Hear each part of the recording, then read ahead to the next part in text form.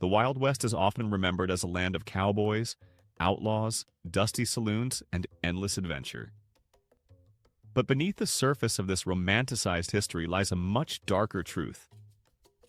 Behind the legends and the myths are stories of greed, violence, injustice, and exploitation that history books often leave out. These are the hidden chapters, the ones the frontier would rather forget.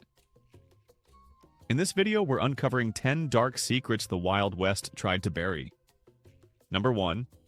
The genocide of Native Americans. The Wild West is often portrayed in popular culture as a place of rugged cowboys, untamed landscapes, and the promise of freedom. But beneath that myth lies a violent and tragic truth: the systematic genocide of Native American peoples. Throughout the 19th century, the U.S. government carried out, authorized, or ignored hundreds of acts of violence and dispossession aimed at indigenous tribes. These weren't isolated events. They were part of a nationwide strategy to eliminate native cultures and claim their lands for expansion, settlement, and economic exploitation. One of the most infamous massacres occurred on November 29, 1864, at Sand Creek in what is now Colorado. Colonel John Chivington led a group of around 675 volunteer cavalrymen in an unprovoked attack on a village of Cheyenne and Arapaho people.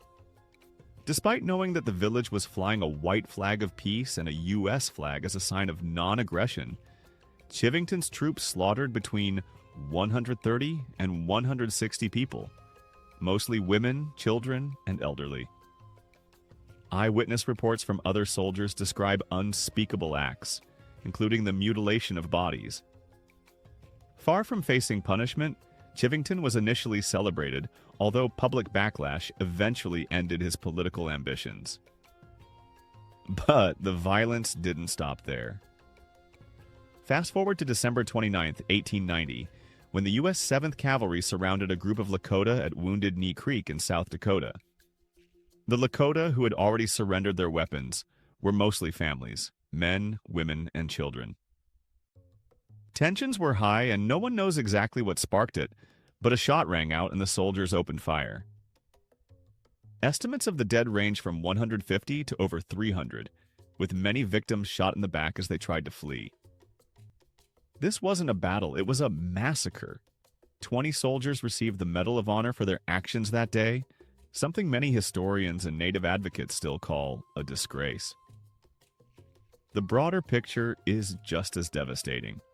The Indian Removal Act of 1830 had already forced many tribes from their ancestral homelands in the southeast to the barren plains of Oklahoma through the Trail of Tears, during which thousands died from disease, exposure, and starvation.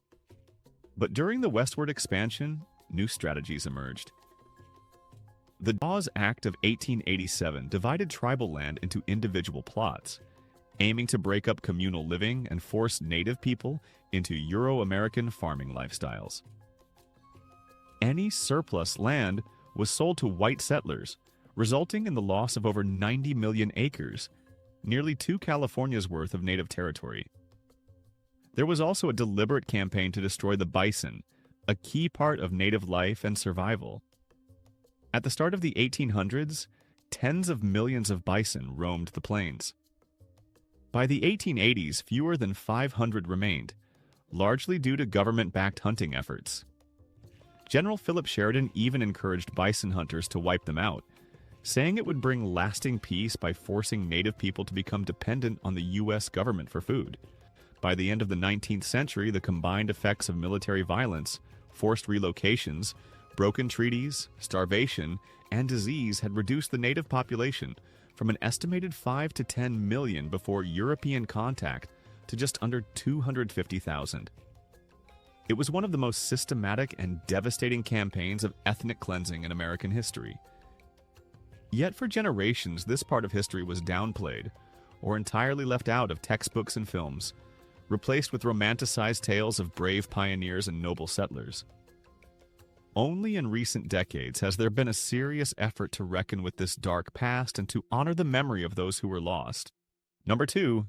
Indian boarding schools. From the late 19th century well into the 20th, the U.S. government operated a massive system of boarding schools intended to erase Native American cultures through forced assimilation. The most well-known of these institutions was the Carlisle Indian Industrial School in Pennsylvania, founded in 1879 by Captain Richard Henry Pratt. His philosophy was blunt and brutal. Kill the Indian, save the man. This wasn't about education, it was cultural genocide. Native children were forcibly removed from their families, sometimes taken hundreds or even thousands of miles from home. Many parents resisted, but federal authorities often used threats, bribes, or even force. Once at school, children had their hair cut, traditional clothing taken away, and names changed to English ones. Speaking their own language or practicing spiritual traditions was forbidden, and often punished harshly. These schools were military in nature: strict discipline, uniforms, drills, and hard labor. While some students received basic vocational training, they also faced hunger, overcrowding, and physical abuse. Many children died from disease, neglect, or mistreatment. In just one example, the bodies of more than 180 children were discovered buried on the grounds of the Carlisle School. Investigations continue to uncover more graves across the country. A 2024 government report found at least 408 federally supported Indian boarding schools and confirmed over 970 child deaths in only a fraction of these institutions. Experts believe the real number is far higher. Beyond the physical harm, the psychological and cultural impact was devastating. Generations of Native children grew up disconnected from their language, heritage, and community. Many never fully recovered. The trauma passed down through families, leading to cycles of grief, identity loss, and social challenges that persist today. A 2022 federal initiative began the long process of examining burial sites and acknowledging the damage. In 2024, Carlisle was officially designated as a national memorial site, a small but meaningful step in confronting this painful legacy. The U.S. invested heavily in this system. Adjusted for inflation, the government spent over $23 billion on forced assimilation policies.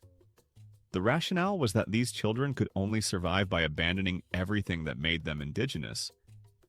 But what was lost in the process? Language, knowledge, connection to land, family bonds, can't be measured in dollars. Boarding schools didn't just attempt to educate Native children, they attempted to erase them. Number 3, anti-Chinese terror. Chinese immigrants arrived in the U.S. in large numbers during the 19th century, many fleeing poverty or unrest in China. They were crucial to the construction of the Transcontinental Railroad, doing some of the most dangerous and grueling labor for low pay. But their presence quickly became a target of white resentment. In mining towns, railroad camps, and cities across the West, Chinese communities were harassed, attacked, and often violently expelled. One of the worst incidents occurred in Rock Springs, Wyoming, in 1885. Tensions had been brewing between white and Chinese coal miners, partly due to wage differences and racism stoked by unions and company policies. On September 2nd, a white mob attacked the local Chinatown, killing at least 28 people, injuring 15 more, and burning nearly every home. The bodies of the victims were removed in train cars, and no one was ever punished. That same year in Tacoma, Washington, 500 people, including city leaders, forced out the entire Chinese population and torched their homes. Another brutal attack happened in 1887 in Hell's Canyon, Oregon, where a gang of white cattlemen ambushed and murdered 34 Chinese gold miners along the Snake River. The killers stole their gold, dumped the bodies, and walked free. These massacres weren't isolated, they were part of a wave of racially motivated violence. These acts of terror led to and were supported by the 1882 Chinese Exclusion Act, the first major U.S. immigration law to ban a group based on race. It halted Chinese labor immigration and prevented Chinese residents from becoming citizens. This law stayed in place until 1943, even as Chinese Americans continued to contribute to American society. In many cities, anti-Chinese violence was accompanied by destruction of cultural sites, discriminatory laws, and daily harassment. Chinatown neighborhoods became both cultural sanctuaries and targets. Municipalities passed laws banning Chinese from owning land, working in certain jobs, or living in specific areas. And yet, the Chinese community endured, preserving traditions, building businesses, and contributing to American life. The legacy of this era remains visible today in the form of deep-rooted stereotypes and the erasure of Asian American history from mainstream narratives. It's only recently that places like Rock Springs have begun publicly acknowledging these crimes. And while some local museums now offer exhibits on the Chinese experience, the full truth is still far from widely known or taught. These three chapters of history, native genocide, boarding schools, and anti-Chinese terror, aren't side stories. They're central to the formation of the American West. The frontier wasn't just a land of opportunity. For many, it was a place of violence, exploitation, and deliberate destruction. And it's long past time these realities were recognized. Number 4. The Great Railroad Land Grab. When people think of railroads in the American West, they often imagine progress. Shiny locomotives cutting through vast prairies, linking the coasts, carrying settlers, and powering the economy. But what's often left out of that story is the staggering land grab that made it all possible. Building the railroads wasn't just about transportation, it was about real estate. Land was the true gold of the West, and the federal government handed it out in jaw-dropping quantities to private companies with very little oversight. Starting in the 1850s, Congress began offering public land to railroad companies as an incentive to expand the rail network across the frontier. The deal was simple. For every mile of track laid, the government gave the company up to 640 acres of public land, 320 acres on each side of the track. The idea was that these companies could sell the land to raise money for construction and also encourage settlement along the new roads. On paper, this may have sounded like a smart strategy to develop the country. In practice, it led to one of the largest transfers of public wealth into private hands in U.S. history. By the time the dust settled, railroad corporations had claimed nearly 200 million acres of land, an area roughly the size of modern-day Spain. This land had once been home to Native American tribes or was supposed to be managed for the benefit of all citizens. Instead, it became a tool for speculation and corporate power. Railroads would pick prime land with access to water, timber, or minerals, and then flip it to settlers or developers at prices far above its value. In many cases, immigrants from Europe were targeted directly. Railroad companies set up marketing offices overseas, printing glossy brochures in German, Swedish, and other languages, advertising the American West as a paradise. Families arrived expecting opportunity, only to find themselves paying inflated prices for rocky, dry, or already exploited land. The corruption surrounding the railroad boom was out in the open. The most infamous case was the Crédit Mobilier scandal of 1872. Executives at Union Pacific Railroad created a fake construction company, Crédit Mobilier of America, and awarded it contracts to build rail lines at massively inflated prices. The same executives then gave shares in the fake company to members of Congress as bribes to keep them quiet and to ensure more federal support. When the scandal broke, it implicated high-level officials, including Vice President Schuyler Colfax. Although the press exposed the scheme, no one went to prison, and the railroads kept their land. This kind of corporate behavior wasn't just shady. It had real consequences for everyday Americans. Small farmers and ranchers who needed the railroad to transport their goods to market found themselves at the mercy of monopolistic pricing. The railroads would offer huge discounts to major corporations while charging sky-high rates to small operators. That meant a wheat farmer in Kansas might pay double or triple the price per mile to ship his crop compared to a giant meatpacking firm in Chicago. The outrage this generated helped fuel the populist movement and eventually led to the creation of the Interstate Commerce Commission, ICC, in 1887, the first federal agency designed to regulate a private industry. But the ICC was toothless for decades. It had no real enforcement power, and the railroad companies often ignored its recommendations with no consequences. In essence, they continued to operate with near total freedom. What's more, the placement of rail lines and stations could make or break entire towns. Some communities paid bribes or offered land to get a railroad stop, knowing it meant economic survival. Others were bypassed and dried up overnight. In many places, railroads chose the routes not based on geography or need, but on where they could profit most from land sales. And, of course, this wasn't happening on empty land. Much of it had belonged to native tribes, either as treaty lands or long inhabited territory. Railroad expansion cut across reservations, forced relocations, and sparked armed conflicts. The U.S. Army was often sent in not just to protect settlers, but to clear paths for railroad companies. The connection between military conquest and railroad profit was direct and undeniable. Looking back, the Great Railroad land grab shaped the American West as much as any wagon train or mining rush.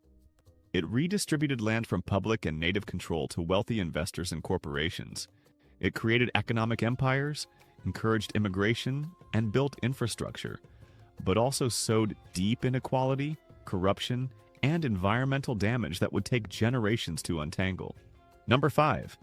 The environmental wreckage of gold. The California gold rush is usually remembered as a time of excitement, opportunity, and explosive growth. Images of dusty prospectors with gold pans, boomtowns sprouting overnight, and fortunes made in the blink of an eye are firmly rooted in American mythology. But underneath all that glitter is a darker, dirtier story. A story of massive environmental destruction that left scars across the western landscape, some of which are still visible today. At the heart of this damage was a method of gold extraction known as hydraulic mining. When the easiest surface gold had been picked clean by the early 1850s, miners started looking for more efficient ways to get to the gold buried deeper in the hills. That's when hydraulic mining came into play.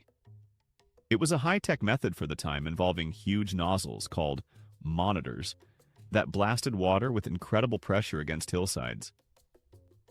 This technique washed away entire slopes, breaking up rock and soil to free gold particles trapped within.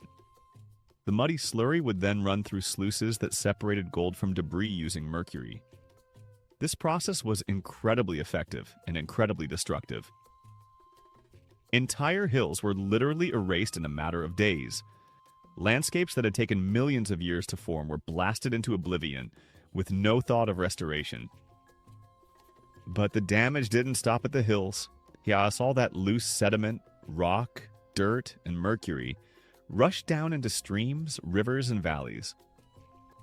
The water systems of California became clogged with debris. Rivers like the Yuba, Bear, and Feather were choked with silt, which raised riverbeds and made them overflow during storms. This caused an ongoing cycle of flooding, especially devastating for farmers downstream in the Sacramento Valley. Fields that had been fertile and productive were buried under layers of gravel and mud. Crops died, homes were washed away, and livelihoods destroyed. It became impossible to farm in many areas, and the situation worsened with every rainy season as more sludge poured down from the mining zones in the Sierra Nevada foothills. Then there was the mercury. Miners used liquid mercury to bind with gold flakes, creating an amalgam that could be heated to separate the gold. The leftover mercury was often dumped directly into waterways or spilled across the land. By some estimates, up to 10 million pounds of mercury were used in California's goldfields during the 19th century. A huge portion of that mercury remains in the environment to this day. It settled into riverbeds and wetlands, and over time it entered the food chain, contaminating fish and eventually reaching people. This legacy is still with us. Even now, over 150 years later, mercury levels in San Francisco Bay and surrounding waterways remain dangerously high in some sediment layers. Fish consumption advisories are still in effect because of mercury pollution from the gold rush era. It's not just a historical problem, it's an ongoing public health issue. By the 1870s, the situation was so bad that farmers began to organize. They took the mining companies to court, demanding an end to the destruction. The landmark case came in 1884. Woodruff vs. North Bloomfield Gravel Mining Company. Judge Lorenzo Sawyer ruled that the dumping of hydraulic mining debris into waterways had to stop. It was a turning point, not just for California, but for environmental law in the United States. This ruling is often considered one of the first major victories for environmental protection in American legal history. But by then, the damage had already been done. Conservative estimates suggest that hydraulic mining released over 1 billion cubic yards of debris into California's river systems. That's enough waste to fill hundreds of stadiums. Entire ecosystems were wiped out. Fish populations collapsed, forests were cut down to make way for mining, and air quality plummeted in the surrounding areas due to dust and chemical exposure. Mining towns boomed and busted, leaving behind abandoned buildings, toxic soil, and contaminated water. What makes this story especially disturbing is how little attention it gets.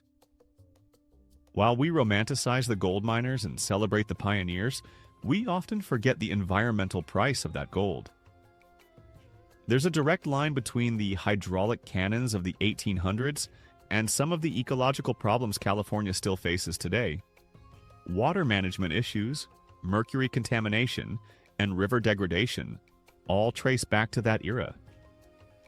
Hydraulic mining wasn't just a clever innovation, it was a disaster dressed up as progress. It shows how, in the rush for quick wealth, long-term consequences were ignored. And it's a warning that resource extraction, when done without oversight or care, can cause damage that lasts far beyond any economic boom. Number 6. Sheriff or bandit. Henry Plummer's name is one of the most debated in Old West history, and his story raises a timeless question. What happens when the lawman and the outlaw are the same person? In the rough frontier town of Bannock, located in what was then Idaho Territory and is now Montana, Plummer served as the elected sheriff during one of the most chaotic, violent periods of American westward expansion. But many locals believed he wore a badge by day and ran a ruthless gang of highway robbers by night. His life and death illustrate just how fragile the line between justice and criminality really was on the frontier. Plummer arrived in Bannock in the early 1860s, presenting himself as a reformed man. He had a checkered past, including a conviction for murder in California, but he claimed he was ready for a fresh start. Tall, well-dressed, and polite, he made a good impression. In 1863, the citizens of Bannock elected him sheriff, hoping he could bring order to a community plagued by violence, mining disputes, and lawlessness. But soon, stories started circulating that Plummer wasn't what he seemed. Rumors swirled about a group known as the Innocents, a gang blamed for a wave of robberies, stagecoach holdups, and murders across the region. This gang, people claimed, was robbing gold shipments leaving Bannock and nearby Virginia City. Between 1863 and early 1864, more than $100,000 worth of gold, millions in today's money, was reportedly stolen. As suspicions grew, many began to believe that Sheriff Plummer was not only protecting the gang, but actually leading it. The allegations were shocking. Witnesses claimed that Plummer used his role as sheriff to tip off his gang about gold shipments and law enforcement movements. Others said he had secret meetings with known criminals late at night. The gang's crimes became more violent, with victims being killed rather than just robbed, which only intensified public fear. Eventually, the community reached its breaking point. With no reliable court system in place and no higher authority to appeal to, citizens formed a vigilante group known as the Vigilance Committee.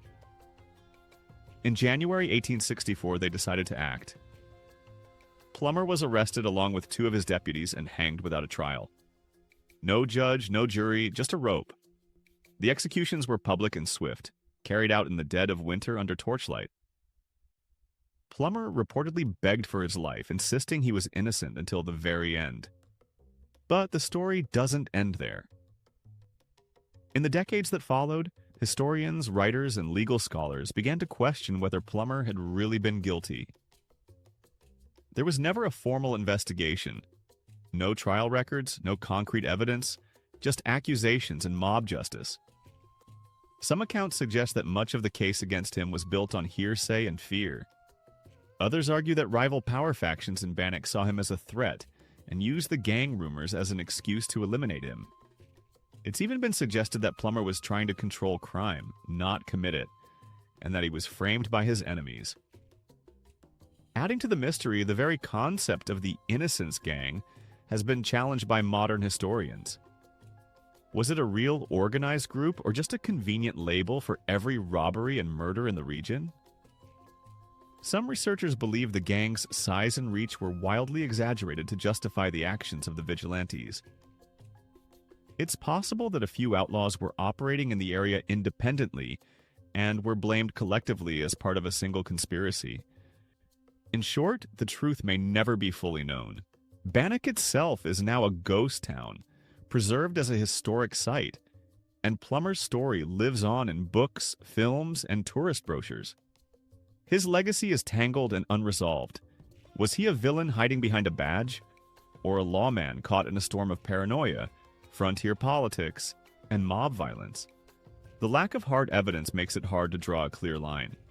What we do know is that frontier justice wasn't always just. In a world without stable courts or due process, people often acted based on suspicion, fear, and emotion. Vigilante groups, while sometimes seen as heroes, could be dangerously wrong.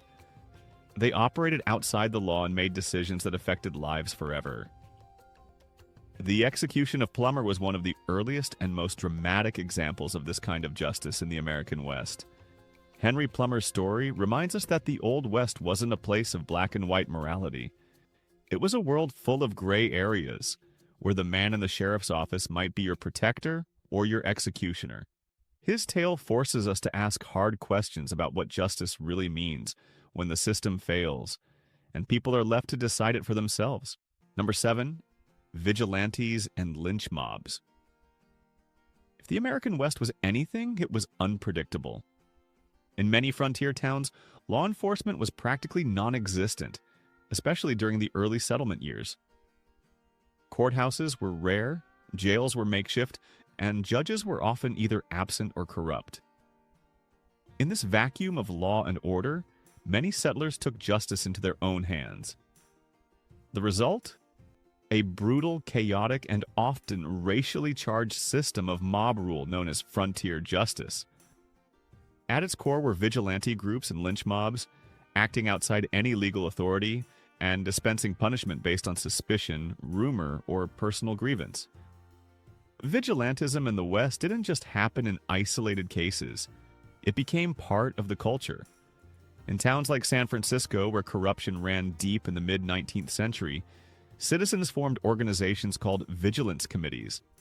These weren't just small mobs, they were massive, organized groups that operated like unofficial governments. The 1851 San Francisco Vigilance Committee had more than 700 members. The 1856 committee had nearly 6,000. They arrested suspects, held secret trials, issued sentences, and even carried out public hangings. In just a few weeks, they hanged 4 men, forced elected officials to resign, and even took weapons from the city militia. No one stopped them, because in many cases, the official lawmen were either complicit or powerless. What's chilling is how many people supported this kind of extrajudicial action. Local newspapers often praised vigilantes as brave citizens cleaning up corruption. Crowds cheered as accused criminals were strung up in the town square. And while some of these vigilante groups targeted genuinely dangerous people, murderers, horse thieves, or corrupt officials, others used their power to settle personal scores or enforce social hierarchies. The law of the rope was quick, brutal, and final. Lynching became one of the darkest legacies of frontier justice. From 1883 to 1941, historians estimate that more than 4,400 people were lynched in the United States. While the South carried out the majority of these executions, often targeting African Americans, the West had its own share of racial violence. In frontier towns from Texas to California, lynching victims included Mexican Americans, Native Americans, Chinese immigrants, and African Americans. In many cases, there wasn't even a pretense of guilt. People were hanged for looking suspicious, for refusing to leave a white neighborhood or for standing up to white employers. In some places, being a person of color was enough to make you a target. The West was especially brutal in the way it used lynching as a tool of terror. In Los Angeles in 1871, an angry mob stormed Chinatown and murdered 18 Chinese men and boys in a single night. In El Paso, Mexican laborers were lynched by ranchers who accused them, often without evidence, of stealing cattle. In Oregon's Hell's Canyon, 34 Chinese gold miners were ambushed and murdered in 1887 by a group of white men trying to steal their gold. The killers were never convicted. In many of these cases, local authorities either looked the other way or openly supported the violence. The idea of frontier justice may sound like a rough but necessary solution to lawlessness, but in practice it was often used to maintain power and privilege. Many lynchings and vigilante actions were directed not at criminals but at people seen as outsiders or troublemakers. That could mean a black rancher who owned more land than his white neighbors, a Chinese merchant doing better business than others on the street, or simply someone who refused to be intimidated. Even white settlers weren't safe from the rope if they fell afoul of local power structures. Disputes over land, water rights, mining claims, or personal debts often ended not in courtrooms but under trees. If a powerful family or group wanted you gone, all it took was an accusation and a few strong arms. In some communities, these acts of vigilante violence became a grim form of entertainment. Public lynchings drew large crowds. Vendors sold food. Children were brought to watch. Photographs were taken and turned into postcards. The normalization of mob violence left deep psychological scars on communities, especially among those who lived in constant fear of becoming the next victim. It's important to understand that these actions weren't just about frontier, rough justice. They were political. They maintained the dominance of certain groups, silenced dissent, and reinforced racist social orders. The violence wasn't random, it was strategic. And it was deadly. Over time, as the West became more settled and legal institutions took root, the era of organized vigilante justice began to fade. But its legacy remains. Stories of lynch mobs and frontier hangings became part of Western folklore, often told with a heroic twist that ignores the victims and sanitizes the cruelty.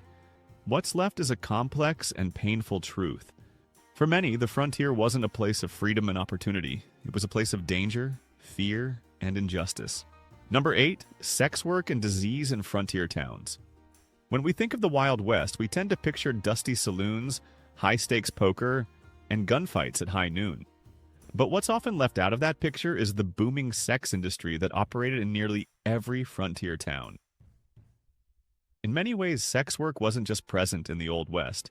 It was deeply woven into the fabric of daily life, both socially and economically.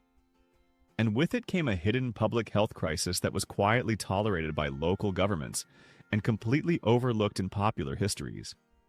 The widespread outbreak of sexually transmitted infections among both civilians and military personnel. In the mining camps and railroad towns of the American frontier, men outnumbered women by staggering margins.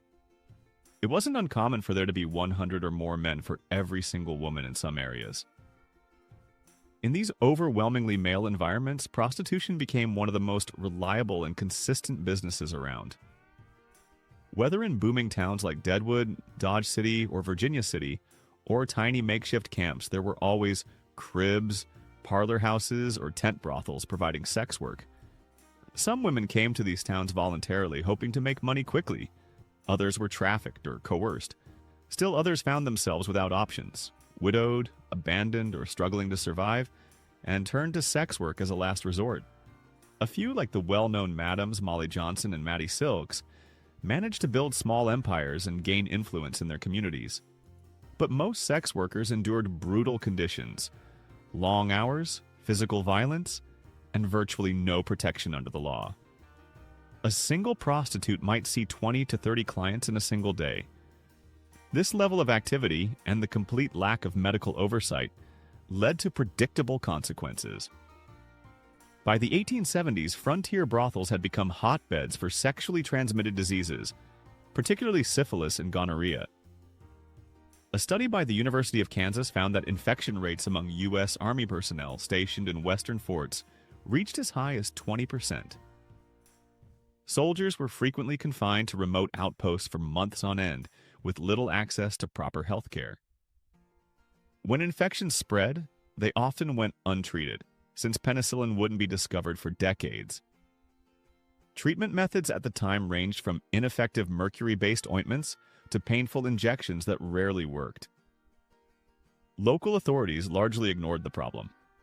In fact, many towns formalized the red light district system, collecting taxes from brothels and sex workers while turning a blind eye to the spread of disease. Brothels often underwent superficial medical inspections, but these were more about appearances than actual care. Sexually transmitted infections weren't just a health issue.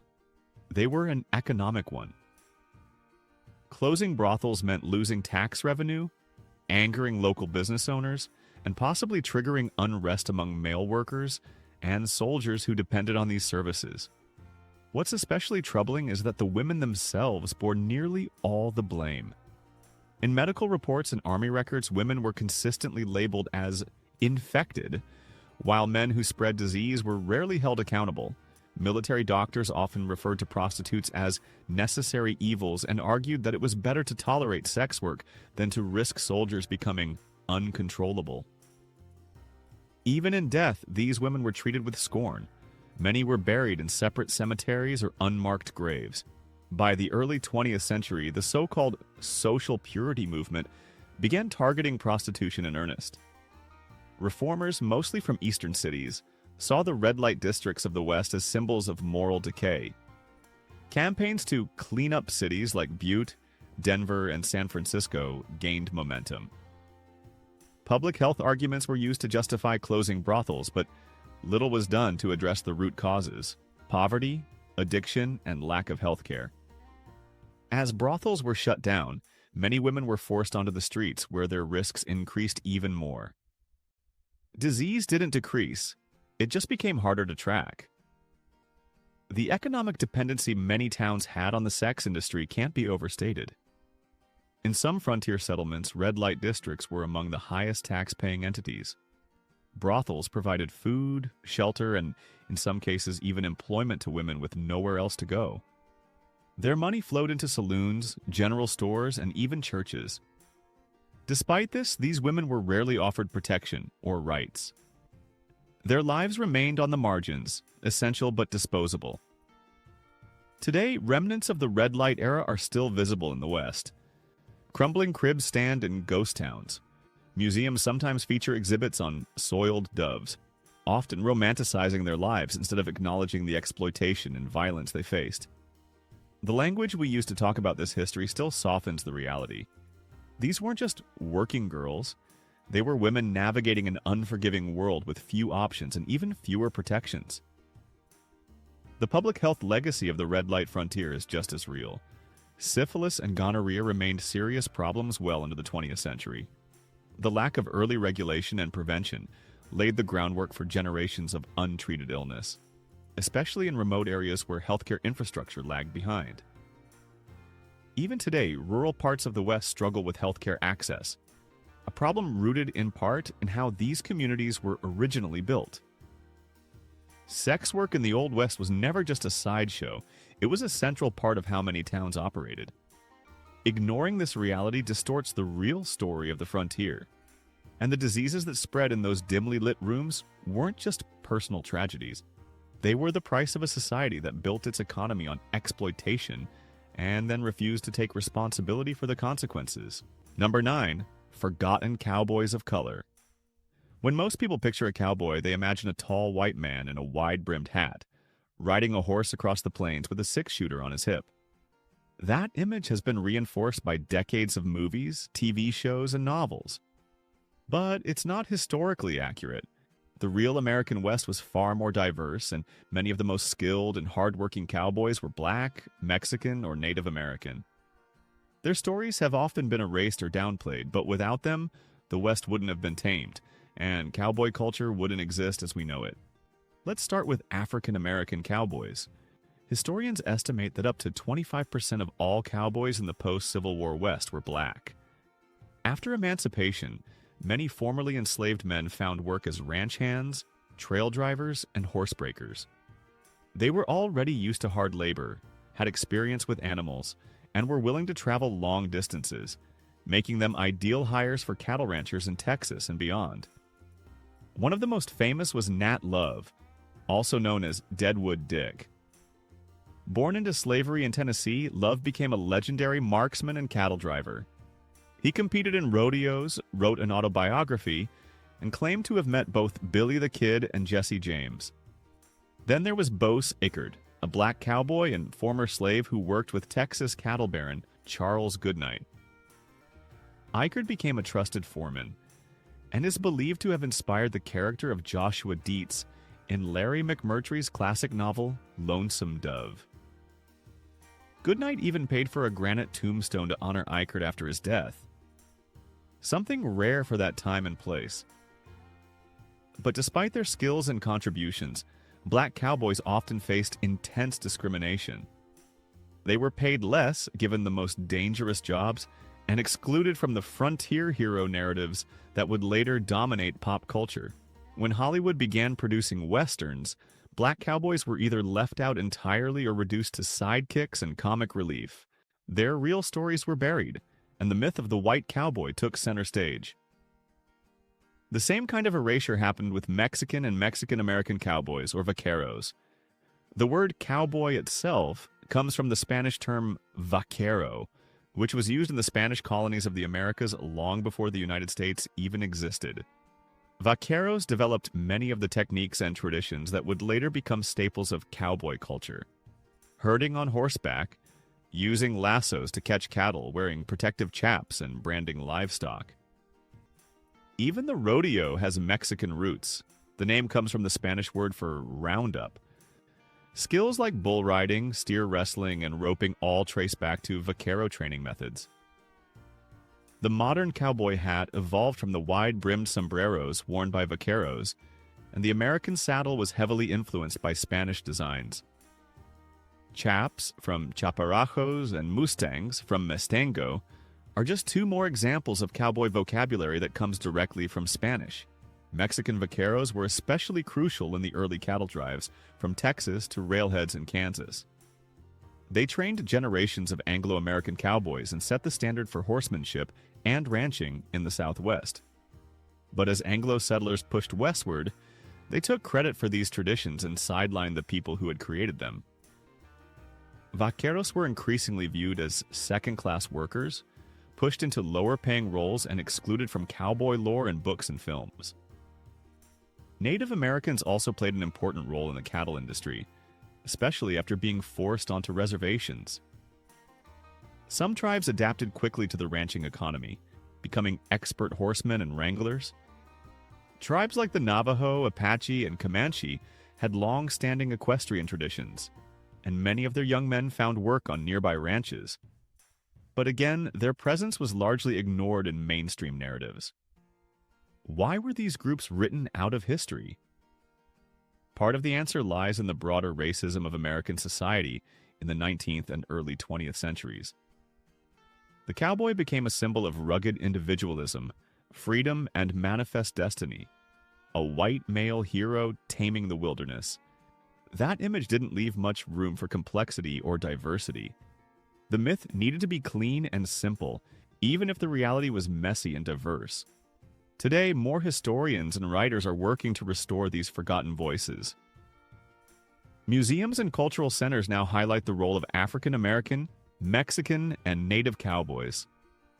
Documentaries, books, and even new Western films have started to tell more inclusive stories.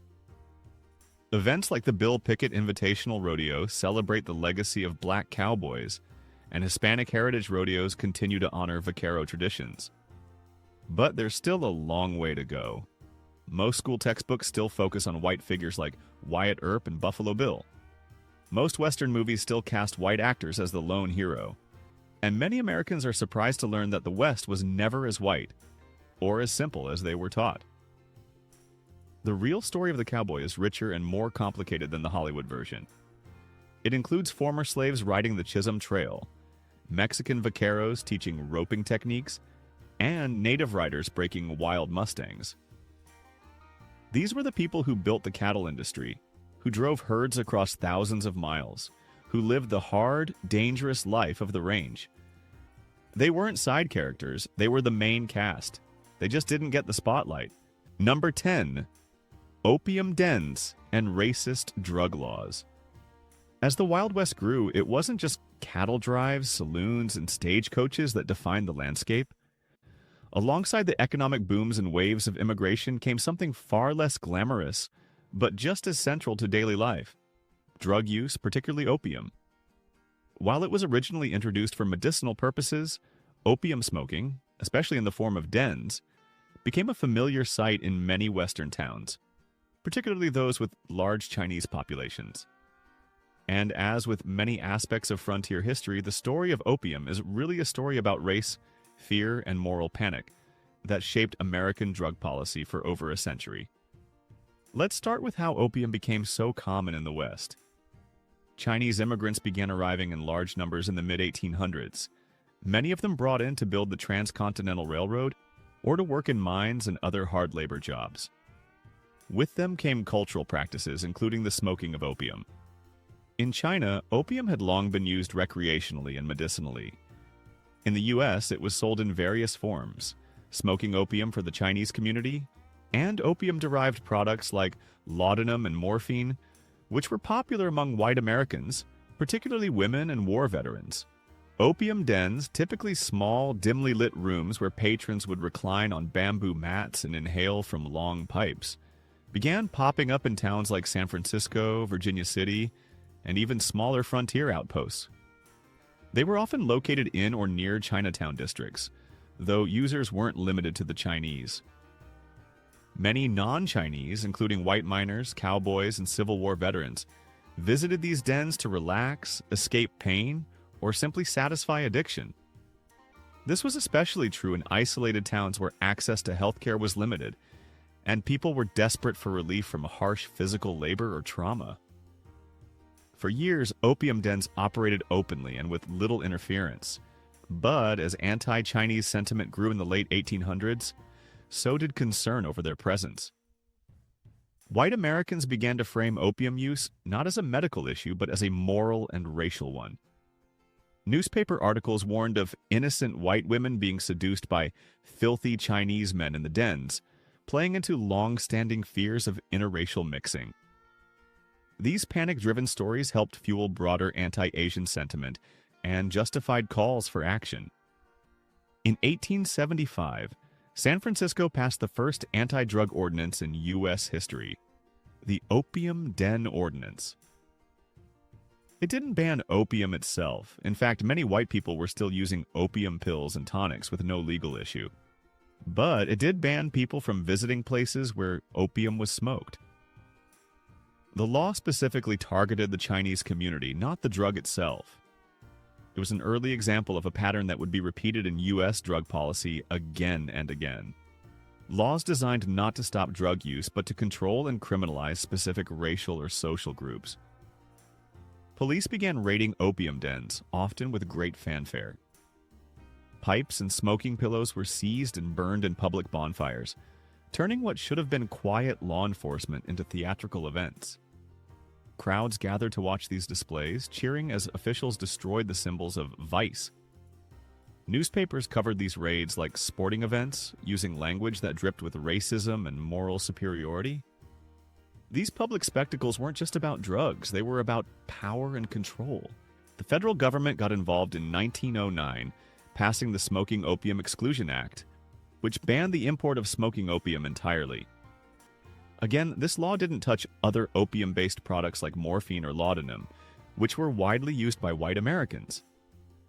It focused solely on the form of opium associated with Chinese immigrants. By creating separate rules based on how and by whom the drug was used, lawmakers cemented the connection between race and criminality. These early anti-opium laws laid the groundwork for America's future drug policies. They introduced ideas we still see today: harsh punishment for street drugs used by marginalized groups, leniency for pharmaceutical drugs used by the privileged, and an ongoing failure to treat addiction as a health issue rather than a criminal one. Meanwhile, the Chinese community bore the brunt of the crackdown. Chinatowns were subjected to increased surveillance and harassment. Employers used drug accusations to fire or blacklist Chinese workers. Politicians used the image of the Opium Den to push for stricter immigration controls, culminating in the Chinese Exclusion Act of 1882, the first major federal law to restrict immigration based explicitly on race. It's important to recognize that the issue wasn't just about a drug. It was about fear.